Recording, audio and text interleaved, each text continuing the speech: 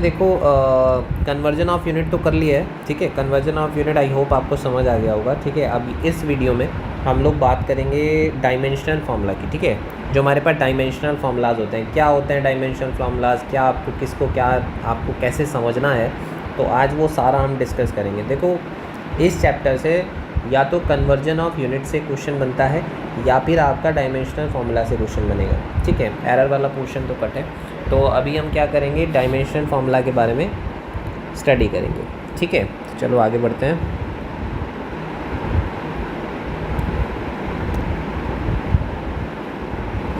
तो नेक्स्ट जो हमारा टॉपिक है वो है डायमेंशनल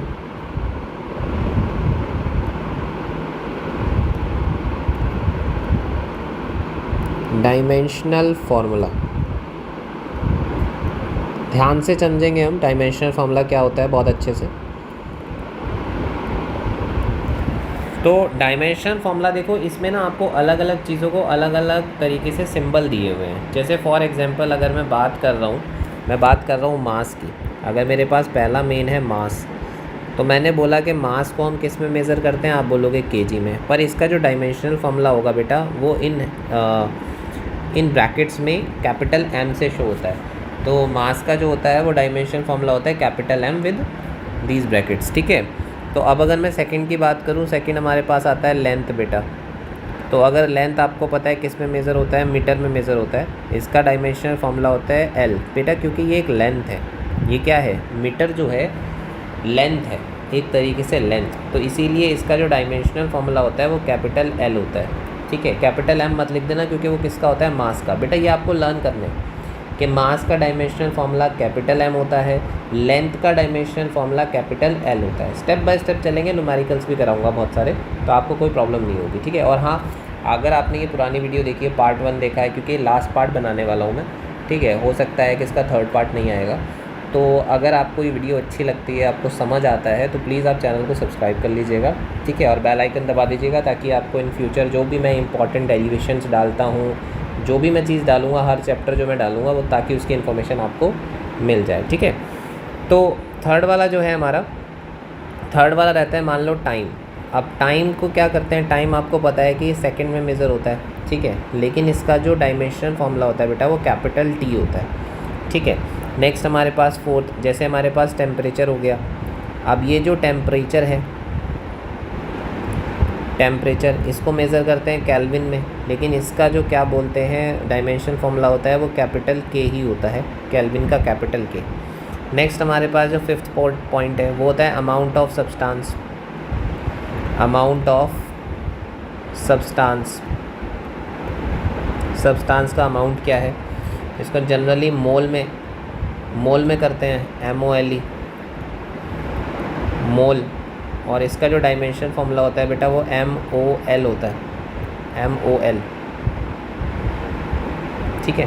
क्या होता है, MOL। अब बात करते हैं हम किस चीज़ की, करंट की। करंट को बेटा A एम्पियर में करते हैं, तो इसका भी कैपिटल A ही होता है। नेक्स्ट हमारे पास क्या है बेटा, लुमिनस इंटेंसिटी। लुमिनस इंटेंसिटी, अब ये लुमिनस इंटेंसिटी, तो लुमिनस इंटेंसिटी, तो लुमिनस इंटेंसिटी, तो लुमिनस इंटेंसिटी का क्या था, कैडेला।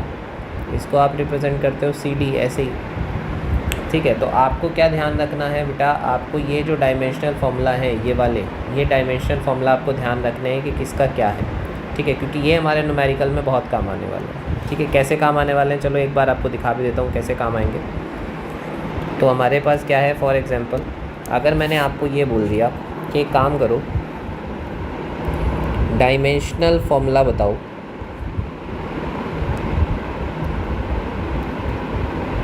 डायमेंशनल फार्मूला बताओ, किसका डायमेंशनल फार्मूला बताओ। मैंने आपको कहा फोर्स का बताओ, डायमेंशनल फार्मूला ऑफ फोर्स। अब आपको फोर्स का डायमेंशनल फार्मूला बताना है। आपने कहा भाई कैसे बताएं, हमें तो सर ने बताया मास का ये होता है, लेंथ का ये होता है, करंट का ये होता है, पर ऐसे फोर्स का तो नहीं पता। तो बेटा कैसे सॉल्व करना है आपको, आपको लिखना है कि फोर्स का फॉर्मूला क्या है। आपने फोर्स का फॉर्मूला पढ़ के आए हो। फोर्स इक्वल टू होता है हमारे पास क्या, मास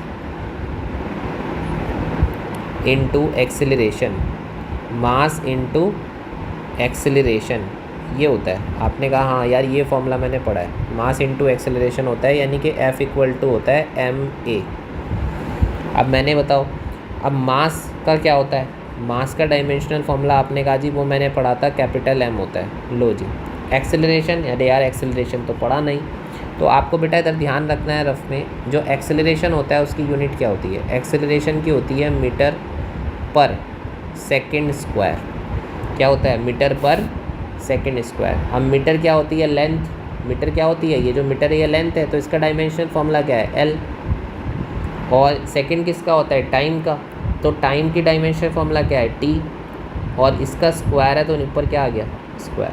तो मैं यहाँ बोलूँगा कि एक्सेलरेशन की जगह मैं लिख सकता हूँ कि ये लेंथ है जी, और इसके डिवाइड में क्या आ रहा है, T आ रहा है, और इसका क्या आ रहा है जी, स्क्वायर आ रहा है। तो मैं ये कह सकता हूँ, क्योंकि एक्सेलरेशन होता है मीटर पर सेकेंड स्क्वायर, तो मैं कह सकता हूँ मीटर पर सेकेंड स्क्वायर का यही मतलब है कि मीटर मतलब लेंथ हो गई तो ऊपर L आ गया, और नीचे सेकंड मतलब टाइम हो गया, सेकंड का स्क्वायर है तो T का स्क्वायर। तो इस तरीके से आपको करना है।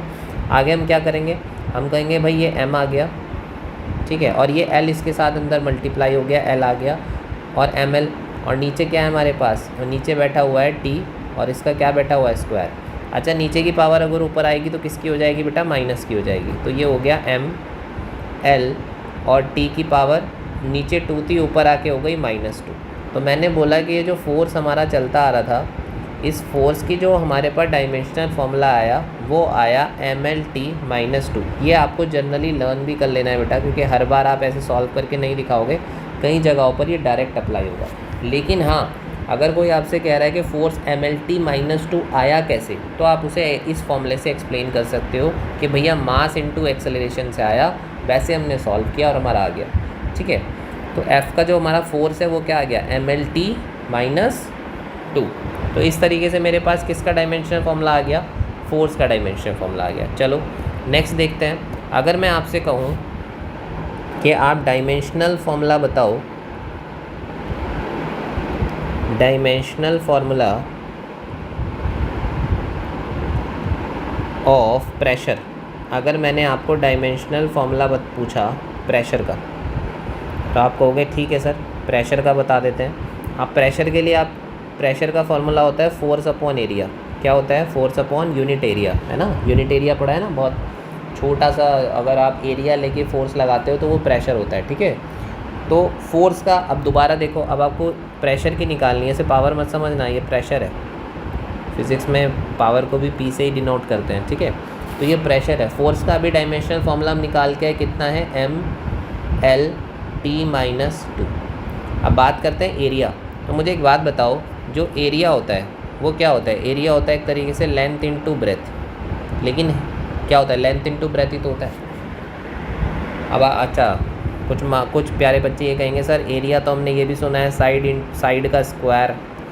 कुछ महान बच्चे कहेंगे सर हमने एरिया तो ये भी सुना है half into base into height, या बेस इंटू हाइट भी सुना है। आप खाली L इंटू B का क्या मतलब है। तो बेटा मैं आपको बता दूं, ओवरऑल चाहे ये वाला एरिया हो, चाहे ये वाला एरिया हो, चाहे ये वाला एरिया हो, यहाँ पे अगर साइड है तो वो साइड भी क्या थी, लेंथ थी।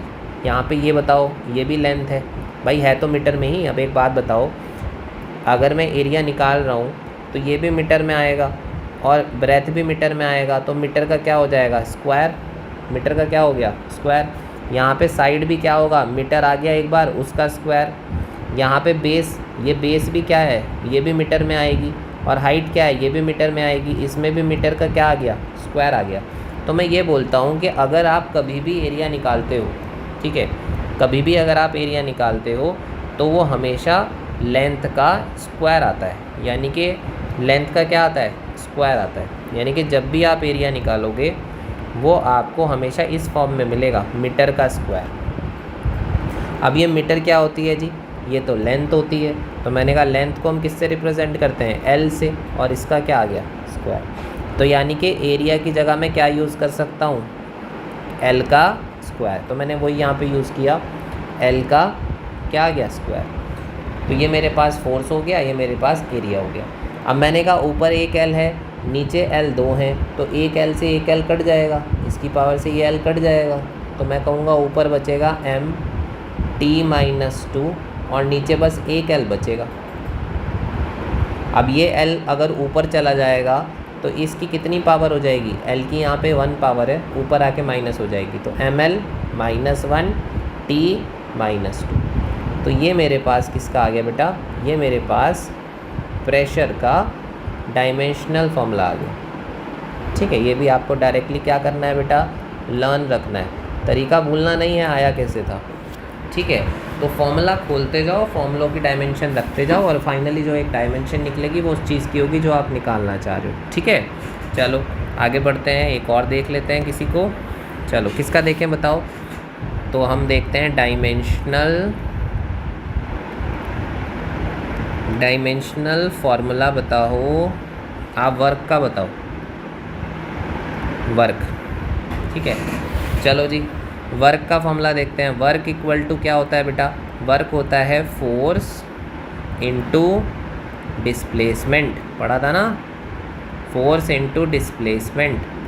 अब फोर्स बताओ, फोर्स का डायमेंशन यूनिट क्या होगा, फिर से M L T minus 2। Displacement क्या होती है बेटा, एक तरह से लेंथ होती है, कितना मीटर चले, तो यहाँ पर इसका डायमेंशनल फॉर्मूला क्या आएगा, एल, क्योंकि कितना मीटर चले एक तरीके से क्या है, लेंथ है। अब यहाँ पे देखो एक एल यहाँ पर है, एक एल यहाँ पर है, तो ये क्या हो जाएगा, एम एल स्क्वायर और टी माइनस 2। तो ये हमारे किसका डायमेंशनल फॉर्मूला आ गया बेटा, वर्क का आ गया। किसका आ गया, वर्क का। तो ये हमारे पास किसका आ गया, वर्क का आ गया। ठीक है बेटा, क्लियर है, समझ आ रहा है ना। तो इसलिए मैं कह रहा था कि फ़ोर्स को याद कर लेना, क्योंकि फ़ोर्स क्या है ना, जनरली काफ़ी जगह पे डायरेक्टली यूज़ हो जाता है, अब आप उसे खोल के करोगे तो दिक्कत हो जाएगी। तो डायरेक्ट ध्यान रखना कि फ़ोर्स का जो डायमेंशन फॉर्मूला होता है वो एम एल टी माइनस 2 होता है। चलो अगला देख लेते हैं। अगला हमारे पास लिख लेते हैं dimensional formula, dimensional formula of, चलो पावर का कर लेते हैं, प्रेशर पावर में दिक्कत हुई थी ना, पावर का कर लेते हैं। तो मान लो हमसे पूछा गया डायमेंशनल फॉर्मूला बताओ पावर का, तो चलो जी पावर का भी देख लेते हैं। हमने कहा जी पावर का फॉर्मूला जो होता है ना, पावर का, वो होता है वर्क डन अपॉन टाइम। क्या होता है बेटा, वर्क डन अपॉन टाइम। चलो जी, अब आपने कहा वर्क का तो हमें पता है, वर्क का तो हमको क्या है, मालूम है, तो वर्क का भी हमने क्या निकाला था, वर्क का था हमारे पास M L two T minus 2। ये वर्क डन वर्क एक ही बात है बेटा, M L two T minus 2। तो मैं डायरेक्ट यहाँ पे करूँगा M L two T minus 2। Time कितना है, टाइम का तो टी होता है बेटा, तो टी आ गया। अब आपने कहा कि भैया यहाँ पर टी की पावर, ये यहाँ पे 1 है, ऊपर आके टी की पावर क्या हो जाएगी, -1, तो मैं लिखूँगा M L two T minus 2 और एक और टी आ गया ऊपर, टी की पावर -1। चलो सॉल्व कर देते हैं। अब बताओ ज़रा, ये एम एल स्क्वायर इन दोनों को तो कोई मतलब नहीं, यहाँ पे टी की पावर -2 है, यहाँ पे -1 है, तो बताओ कितने हो गए, -2 में के पास -1 आया, तो दोनों माइनस के हैं, तो माइनस माइनस प्लस हो जाएगा, माइनस के 2 कहेंगे आजा -1 हमारे साथ ही आजा, तो ये हो गया टी की पावर -3। तो ये हमारे पास किसकी आ गई बेटा, ये पावर की आ गई। ऐसे हमने पावर का डायमेंशन फॉर्मूला निकाल दिया। ठीक है बेटा, समझ आया। चलो आगे बढ़ते हैं। अब हमारे पास नेक्स्ट क्या है, चलो डायमेंशनल फॉर्मूला एक उसका बता देते हैं, ग्रेविटेशनल कांस्टेंट का। इम्पॉर्टेंट है बेटा, ये अक्सर पूछ लिया जाता है, लिख रहा हूँ मैं, important dimensional formula of gravitational constant, gravitational constant. चलो अब ग्रेविटेशनल कांस्टेंट का क्या होगा, अब मैंने कहा कि मैंने एक ही फॉर्मूला पढ़ा है भाई इसका, वो फॉर्मूला क्या है, वो उसका पढ़ा था फोर्स का, F equal to G m1 m2 upon R square. अब मैंने कहा मुझे जी निकालना है, यही तो ग्रेविटेशनल कांस्टेंट है, तो ये आर स्क्वायर यहाँ क्या कर रहा है, ये डिवाइड में इधर इसको किस में ले जाओ, मल्टीप्लाई में, तो ये आ गया एफ मल्टीप्लाई आर स्क्वायर। इधर कौन बैठा, जी m1 m2, ये दोनों भी मल्टीप्लाई में है, इनको भी इधर ले जाओ, किस में आ जाएगा, डिवाइड में, f into R square upon m1 into m2। और यहाँ पे क्या बचा हुआ है, जी। बस अब एक तरफ जी आ गया, इधर सॉल्व करोगे तो आ जाएगा आंसर। तो मैं इसको थोड़ा ऐसे अरेंज करके लिख लेता हूँ। जी इक्वल टू हमारे पास आया हुआ है f into R square upon m1 into m2। चलो जी, अब हमारे पास क्या है, फोर्स। फोर्स का बताओ डायमेंशन फॉर्मूला क्या था बेटा, याद हो गया होगा, m/L/T-2। अब देखो ये r क्या है, ये होती थी बीच की डिस्टेंस, यानी कि ये होती है लेंथ, तो ये आ गया L²। नीचे बेटा मास है, कितने मास है, 2 मास है, तो मैं कहूँगा 1 m ये बैठा है और हमारे पास 1 m ये बैठा है, तो 2 मास आ गए। हमने कहा चलो सॉल्व कर लेते हैं, तो ये आ गया जी। यहाँ पे हमने कहा कि भैया 1 m से तो एक ऊपर वाला m कट ही जाएगा, इसकी तो कोई दिक्कत ही नहीं। तो मैंने कहा ऊपर हमारे पास यहाँ पे 1 l ये रहा और 2 l ये रहे, तो कितने l हो गई, l की पावर हो गई 3। इसने कहा मेरे पास 1 पावर है, इसने कहा मेरे पास 2 पावर है l की, दोनों जुड़ गई, l की पावर 3। यह आ गया T-2। चलो जी, नीचे हमारे पास क्या बचा, नीचे हमारे पास बचा m। क्या बचा हमारे पास, 1 m बचा, तो ये m भी ऊपर आ जाएगा। तो मैं बोलूँगा कि ये m की पावर आ गई -1 और यहाँ पर l की पावर 3 और t की पावर -2। तो बेटा स्टेप बाय स्टेप सॉल्व करते जाना है आपको, आपका आंसर बिल्कुल गलत नहीं आया। बस आपको क्या करना है, प्रैक्टिस करना है। इनको उतारने के बाद आपको प्रैक्टिस करना है। और वैसे तो मैं एक न्यूमेरिकल, इसकी जब ये चैप्टर हमारा हो जाएगा तो मैं इसके न्यूमेरिकल्स डालूंगा, कि न्यूमेरिकल स्पेशल एक न्यूमेरिकल का आपको इसी प्लेलिस्ट में मिलेगा।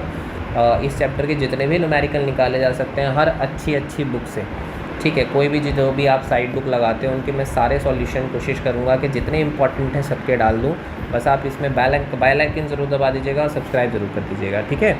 और बेटा अगर इतना समझ आया है तो इस वीडियो पे लाइक तो बनता है, तो लाइक ज़रूर कर देना। चलो आगे बढ़ते हैं। हमारे पास नेक्स्ट हम निकालते हैं किसका, थोड़ा 10th में इलेक्ट्रिसिटी पढ़ा था ना, तो थोड़ा उससे रिलेट करा देते हैं चीज़ें। तो हम डायमेंशनल फार्मूला निकालने की कोशिश करते हैं। डायमेंशनल फार्मूला ऑफ रेजिस्टेंस निकाल दो। चलो, रेजिस्टेंस पे ही तो था वो पूरा चैप्टर, तो डायमेंशनल फार्मूला ऑफ रेजिस्टेंस। तो रेजिस्टेंस पे करते हैं बात। तो आपने एक फार्मूला पढ़ा था पावर का, पावर था हमारे पास I²R, P = I²R। चलो बात करते हैं, P = I²R था। अब मुझे यहाँ पे क्या निकालना है, मुझे यहाँ पे निकालना है बेटा R की वैल्यू। किसकी वैल्यू निकालनी है, R की वैल्यू निकालनी है। चलो अब R की वैल्यू निकाल लेते हैं। पावर का फार्मूला अभी ऊपर निकाल के आए हैं हम लोग पावर का। बताओ पावर का क्या था, देखिए पावर का फार्मूला ये रहा डायमेंशन फार्मूला, ये रहा पावर क्या था, mL/T-3। चलो तो हम इसे जू का तू को यूज़ कर लेते हैं। mL/T-3 था ना, T-3, तो ये आ गया हमारे पास किसका, पावर का। इधर I बेटा करंट, इसका तो A होता है, तो ये आ गया A, तो हमारे पास क्या आ गया A²। और इधर साथ में कौन बैठा हुआ है, R बैठा हुआ है।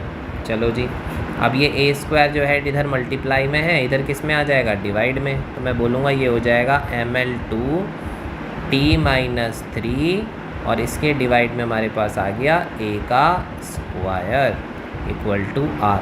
अब ये A आप ऊपर भी ले सकते हो, कोई दिक्कत नहीं है। mL/T-3 और A-2, क्योंकि ऊपर आके पावर किस में हो जाती है, माइनस में, तो ये आ गया R। ये हमारे पास क्या आ गया बेटा, R आ गया। तो ये किसका डायमेंशनल फार्मूला हो गया, ये डायमेंशनल फार्मूला हो गया बेटा हमारा रेजिस्टेंस का। किसका हो गया, रेजिस्टेंस का। क्लियर है, हाँ यहाँ भी छोड़ सकते हो, लेकिन यह है कि जब ऊपर ला के रख दो क्या दिक्कत है, ठीक है, समझ आया, क्लियर है। तो ये चीज़ आपको क्लियर हुई, ठीक है। तो बेटा इस तरीके से आपको क्या करना है, डायमेंशनल फॉर्मूला जो है वो आपको निकाल लेना है। ठीक है, क्लियर है? कोई डाउट? ठीक है, तो बेटा आप इसी तरीके से आप ट्राई करना। बाकी मैं और जो सॉल्व करूँगा उसका मैं अलग से वीडियो डालूँगा इसके बाद, उसमें आप देख के न्यूमेरिकल पोर्शन की प्रैक्टिस कर सकते हैं। वीडियो पॉज करें, खुद ट्राई करें। जो मैं वो डालूँगा वीडियो, उसमें वीडियो पॉज करना है आपको, फिर आपको क्या करना है, उसको प्रॉपर वे में सॉल्व करना है। नहीं होगा तो फिर आपको बाद में देख लेना है कि क्या सॉल्यूशन है। तो बेटा नेक्स्ट जो हमारा टॉपिक आ रहा है, नेक्स्ट टॉपिक हमारे पास वो आता है प्रिंसिपल। ये आपसे पूछा जा सकता है नॉर्मल एक्सप्लेन में कि principle of homogeneity, principle of homogeneity. तो ये जो प्रिंसिपल ऑफ होमोजेनिटी है, इसका क्या मतलब है? तो बेटा इसमें बहुत प्यारी चीज़ बोली गई है, हालांकि बहुत सिंपल चीज़ है। मुझे आप एक बात बताओ, क्या आप मीटर में सेंटीमीटर प्लस कर सकते हो क्या? मैंने आपको बोला आप 3 मीटर में 10 सेंटीमीटर ऐड कर दो, तो आप बोलोगे कि सर कर तो मैं दूंगा, लेकिन पहली बात तो यह है कि या तो मैं इसको मीटर में कन्वर्ट करूंगा या इसको सेंटीमीटर में कन्वर्ट करूंगा, क्योंकि हमने एक चीज़ सीखी है कि मीटर में सेंटीमीटर ऐड नहीं होगा, मीटर में सेंटीमीटर ऐड नहीं होगा, किलोग्राम में ग्राम ऐड डायरेक्ट नहीं होगा, डायरेक्ट कह रहा हूँ बेटा, डायरेक्ट नहीं होगा।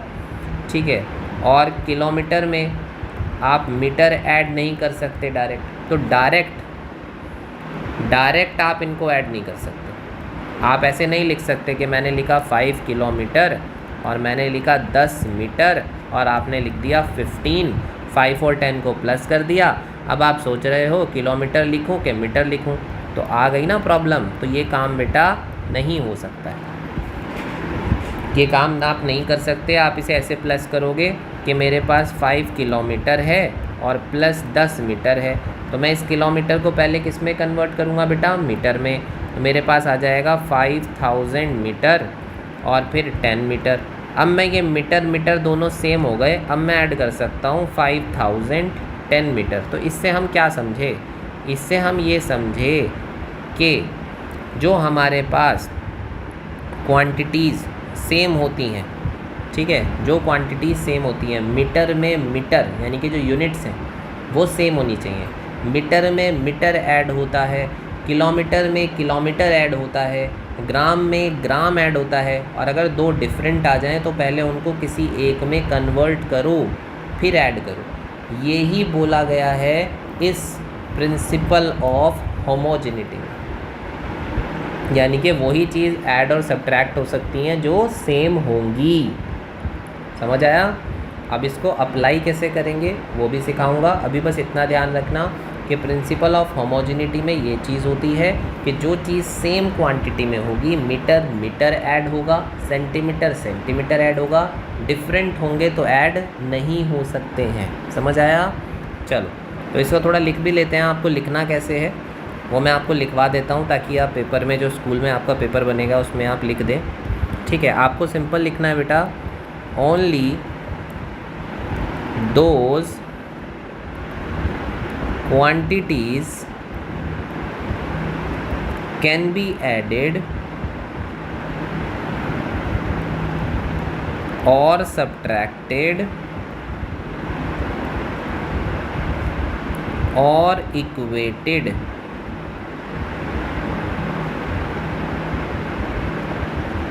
or compared which have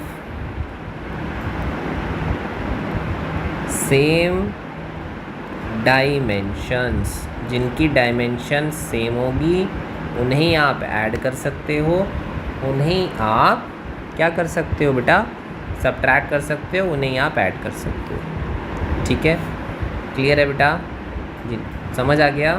चलो इसको मिटा देते हैं। चलो बेटा क्लियर है? अब हम बात करते हैं, फॉर एग्जांपल अगर मैं आपको समझा देता हूँ, ये तो बहुत इजी वे में था कि मीटर में मीटर ऐड होगा, बट फिज़िक्स में इसे किस तरीके से घुमाते हैं वो मैं आपको समझाता हूँ। ठीक है, इसमें आप किस तरीके से चीज़ों को लेते हैं वो मैं आपको समझा देता हूँ। ठीक है, जैसे फॉर एग्जांपल अगर मैं आपको बोलूँ कि आपको लिखा हुआ है t माइनस डी, कहीं पे भी आपको न्यूमेरिकल में दिखेगा, ये न्यूमेरिकल का बेस क्लियर कर रहा हूँ आपको, कहीं मान लो आपके पास दिखा t माइनस डी, ऐसे ब्रैकेट में डाल रखा है t माइनस डी। अब आपको t के बारे में तो उसने बता रखा है कि t तो टाइम है जी, और आपसे पूछा d क्या है, आपसे पूछा d क्या है। अब आप बोलोगे भाई हमको क्या पता d क्या है, हमें तो तुमने t बता रखा है, d का मतलब टाइम है, पर d तो नहीं पता। क्या पागलों वाली बात कर रहे हो यार, डी का तो डी कैसे बता दें। ठीक है, तो अब आपको यहाँ पर बेटा ये प्रिंसिपल ऑफ होमोजेनिटी ध्यान रखना है। मैंने बोला कि only those quantities can be added और सब्ट्रैक्टेड, यानी कि वही क्वांटिटीज़ ऐड हो सकती हैं या सब्ट्रैक्ट हो सकती हैं जिनके पास सेम क्या रहेगा, डायमेंशन रहेगा। तो अगर फिज़िक्स में आपको ये लिख के आ रहा है किसी न्यूमेरिकल में, तो फिज़िक्स वाले पागल नहीं है। वो कह रहे हैं मैंने टी में से डी घटाया, तो तुम कह सकते हो ना कि अगर टी टाइम है और इसमें से कोई चीज़ घटाई जा रही है तो डी भी टाइम ही होगा। और इसका रीज़न हमारे पास बैठा हुआ है प्रिंसिपल ऑफ होमोजेनिटी। आपके सर पूछते हैं बताओ यार टी तो टाइम है, डी क्या होगा, आप बोलोगे सर टाइम होगा। आपके सर पूछेंगे अरे क्यों, टाइम क्यों होगा, तो आप बोलोगे सर प्रिंसिपल ऑफ होमोजेनिटी यही कहता है कि सिर्फ वही क्वांटिटीज़ ऐड और सब्ट्रैक्ट हो सकती हैं जिनके डायमेंशन सेम हो, और अगर आपने इन्हें सब्ट्रैक्ट करके दिखाया है तो इसका मतलब टी टाइम है तो डी भी टाइम होगा। समझ आया बेटा। तो फिज़िक्स में अगर इस तरीके से आपको मिल जाए तो आपको इस प्रिंसिपल ऑफ होमोजेनिटी का बहुत अच्छे से ध्यान रखना है कि आपको कोई एक चीज़ बता देगा, उसमें कोई ना कोई चीज़ ऐड हो रही होगी या सब्ट्रैक्ट हो रही होगी, तभी आप बोल दोगे भैया क्या है ये, सेम ही है। अगर टी टाइम है तो डी भी टाइम होगा। ठीक है, चलो दूसरी चीज़ समझते हैं इसी में ही, देखते हैं आपको कितना समझ आया है। मान लो मैं आपको क्या कह रहा हूँ, मैं आपको बोल रहा हूँ चलो मैंने आपको बोल दिया, हाँ मैंने आपको लिखा y equal to a plus B X. अब मैंने आपको ये कहा कि ये जो x है ये डिस्टेंस है, x क्या है, डिस्टेंस है। ठीक है, और मैंने आपको बोला ये जो y है ये भी क्या है, मैंने बोला ये भी डिस्टेंस है। ठीक है, क्लियर है। अब आपसे पूछ लिया जाए कि a बताओ क्या है, a बताओ क्या है। अब कहोगे आप सर आपने b के बारे में कुछ बताया ही नहीं, आपने x के बारे में बता दिया, x डिस्टेंस है तो a भी डिस्टेंस होगा। नहीं बेटा, ये गलती आपको नहीं करनी है, आपको ये गलती नहीं करनी है क्योंकि बेटा ये मल्टीप्लाई में है। ये किस में है, मल्टीप्लाई में। यहाँ पर b के साथ x मल्टीप्लाई में है, समझे। यहाँ पर इसके साथ b के साथ x क्या है, मल्टीप्लाई में है। अब सीधी बात है ना, ये कुछ भी हो सकता है। मान लो ये x है, x मैंने बोला डिस्टेंस है तो मैंने कहा ये मीटर है, लेकिन अगर b में मान लूँ फोर्स है, जस्ट मान रहा हूँ कि b माना मैंने फोर्स है, तो फोर्स की यूनिट क्या होती है, न्यूटन। तो ये बन गया न्यूटन मीटर। क्या बन गया, न्यूटन मीटर। अब मुझे बताओ न्यूटन मीटर बन गया ये। अब यहाँ पर ये न्यूटन मीटर जो हमारा बना है, क्या आप कह सकते हो कि ये a डिस्टेंस होगा। अगर आपने कहा जी a डिस्टेंस है,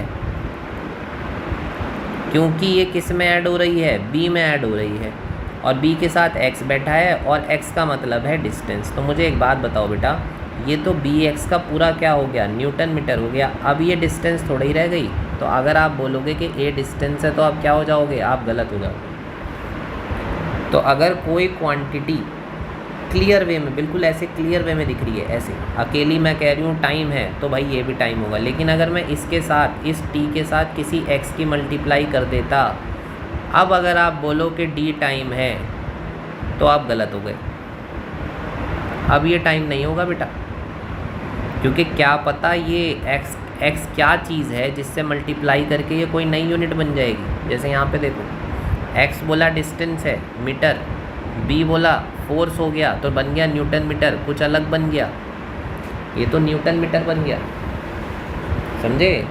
तो आप इसे डिस्टेंस प्रॉपर वे में इसके साथ में जो भी प्लस हो रहा है उसको डिस्टेंस आप नहीं कह सकते हो। ये चीज़ आपको क्या रखनी है बेटा, ध्यान रखनी है।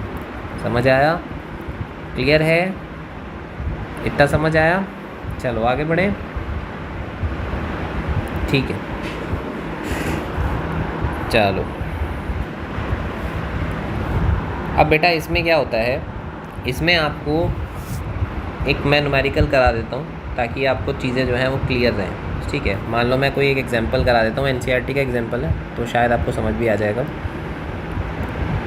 ठीक है। तो मान लो आपको एक वाई चीज़ दे रखी है, आपको वाई दे रखा है a प्लस बी एक्स और डिवाइड में आपको दे रखा है t माइनस सी, ये दे रखा है। आपसे किसी ने बोला कि जी x जो है वो डिस्टेंस है, x क्या है, डिस्टेंस है। आपको बोला जी y क्या है, जी y भी डिस्टेंस है। आपसे बोला जी y भी डिस्टेंस है, हमने कहा अच्छा जी y भी डिस्टेंस है, हाँ चलो जी y भी डिस्टेंस है। अब आपसे बोला t क्या है, जी t टाइम है। आपसे बोल दिया t क्या है, टाइम है, ठीक है। अब आप बोल दिया गया आपसे कि आप डायमेंशन बताओ, आपसे पूछा गया डायमेंशंस बताओ, डायमेंशंस ऑफ, एक आपसे पूछ लिया a का डायमेंशन बताओ क्या है, चलो जी। एक आपसे b का डायमेंशन पूछ लिया कि b क्या है, आपको नहीं पता, आपको a का पूछ लिया, b का पूछ लिया, ठीक है। आपको इनका डायमेंशन पूछ लिया है, चलो जी। अब क्या करें जी, a का पूछ लिया, b का पूछ लिया, अरे चलो c का भी पूछ ही लेते हैं, थोड़ा आसान बन जाएगा आपके लिए। चिल्लाओगे एकदम से, मुझे पता है चिल्ला रहे होंगे। तो ये जो c है, c का भी आपसे डायमेंशन पूछ लिया, चलो जी। हमने कहा जी लिख लेते हैं पहले इसको, आपने इतना सब पूछा है हमसे तो थोड़ा लिख भी लेते हैं। यहाँ से हम अपना सॉल्यूशन शुरू कर देते हैं। तो हमने कहा जी ये y इक्वल टू, आपने बोला था हमको कि a प्लस बी एक्स और डिवाइड में आप कह रहे हो t माइनस सी, और आपने अभी हमें बता दिया कि t तो टाइम है, t तो हमारे पास क्या है, टाइम है। अगर ये टाइम है और इसमें से तुम कुछ सब्ट्रैक्ट कर रहे हो तो c भी हमारे पास क्या होगा, c भी हमारे पास टाइम होगा। तो हम बोलेंगे c is also a time, c is also a time. Why, because it is subtracting from, किससे सब्ट्रैक्ट हो रहा है, टाइम से सब्ट्रैक्ट हो रहा है। अगर टाइम से चीज़ सब्ट्रैक्ट हो रही हैं तो c भी हमारा क्या हो जाएगा, टाइम हो जाएगा। क्या हो जाएगा बेटा, टाइम हो जाएगा, ठीक है। चलो इसको अगले पेज पे लेके चलते हैं। ओके ओके, इससे ही जाएगा क्या, हाँ इसी से जाएगा। चलो भैया चलो भैया चलो भैया, थोड़ा कट जाओगे आप, कोई बात नहीं। चलो कॉपी यहाँ मार देते हैं, पेस्ट। चलो जी इधर रख देते हैं इसको, ठीक है जी, क्लियर है। चलो अब हम कहेंगे भैया आगे बता दो। चलो तुमने ये तो टाइम बता ही दिया, अब आगे बताओ। हमने कहा जी एक काम करते हैं, y इक्वल टू, अब जब नीचे आके सॉल्व होके दोनों को आना ही टाइम है तो ऐसे रख देता हूँ कि जी a प्लस बी एक्स, अब दोनों को सॉल्व करके आना टाइम है तो t रख देता हूँ, बस एक ही t रख देता हूँ, ठीक है। क्योंकि दो t बार बार रख के क्या फ़ायदा भाई। अगर मैं इनको सॉल्व करूँगा, मैं कहूँ 5 सेकंड में प्लस करो 2 सेकंड, तो ये सेकंड एक ही बार तो आएगा, 7 सेकंड। ये सेकंड कितनी बार आया, एक बार आया ना, इसे 2 बार तो नहीं लिखा हमने, तो इसीलिए मैंने इसको बस एक बार लिख दिया है, ठीक है। आगे अब आप क्या करोगे, आप कहोगे ये t एक बार a के नीचे भी ले लेता हूँ, a अपॉन टी, और एक बार इसको इसके नीचे भी ले लेता हूँ, बी एक्स अपॉन टी। हमने कहा जी चलो ऐसा कर लो, आप मर्जी आपकी, ठीक है। आगे कैसे सॉल्व करेंगे, अब आप कहोगे कि भैया एक काम करते हैं, ये जो t है ना, इन्हें अलग अलग कंपेयर कर लेता हूँ, इसको अलग अलग कंपेयर कर लेता हूँ। मैं कह देता हूँ कि जी हमारा जो ये y है ये किसके इक्वल है, a अपॉन टी के इक्वल है, ठीक है। मैं इसको क्या कर देता हूँ, कंपेयर कर देता हूँ। तो y इक्वल टू क्या है, हमारे पास आ गया a अपॉन टी, तो y equal to A upon T आ गया। तो मैंने कहा ये t इधर डिवाइड में है, इधर आके किस में आ जाएगा, मल्टीप्लाई में। तो ये आ गया वाई टी और इधर क्या बच गया, a। तो मैं इसे लिख लेता हूँ a इक्वल टू आ गया वाई टी। अभी बताओ y क्या था, क्वेश्चन में हमें y क्या दिया हुआ था, y क्या था बेटा, y इज़ डिस्टेंस और t क्या है बेटा, टाइम। तो मैंने कहा भैया यहाँ पर तो y डिस्टेंस है, डिस्टेंस मतलब लेंथ तो l, और t मतलब टाइम यानी कि कैपिटल T। तो हमने कहा भैया जो a की डायमेंशन आई वो आई एल टी, a की क्या आ गई भाई, एल टी। तो ये मेरा एक आ गया। अभी तो मैंने इससे कंपेयर किया था, अब मैं कहता हूँ इसे ऐसे कंपेयर कर लेता हूँ। ये y को अब मैं इधर लिख लेता हूँ किसके equal, B X upon T. अब ये t इधर किस में है, डिवाइड में है, इधर किस में आ जाएगा, मल्टीप्लाई में आ जाएगा। तो मैं ये लिखूँगा Y T equal to B x.